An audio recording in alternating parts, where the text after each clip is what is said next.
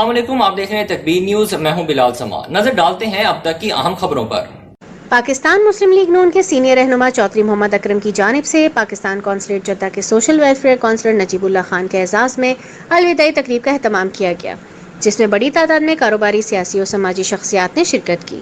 تقریب سے خطاب کرتے ہوئے چودھری اکرم، ملک محی الدین، مسرت خلیل، امجد گجر، ریاض گھومن اور دیگر نے نجیب اللہ خان کی جانب سے کمیونٹی کی بہترین خدمات پر ان کی 3 سالہ کارکردگی کو سراہا اور حکومت پاکستان سے مطالبہ کیا کہ سوشل ویلفیئر کی مدت ملازمت 3 سال سے بڑھائی جائے۔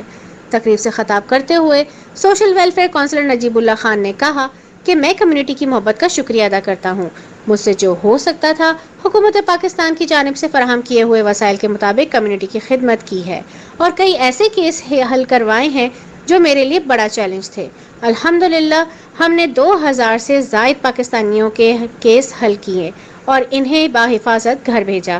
سروس کے دوران کمیونٹی نے جس پیار، عزت اور تعاون سے نوازا، اس پر میں ان کا ممنون ہوں۔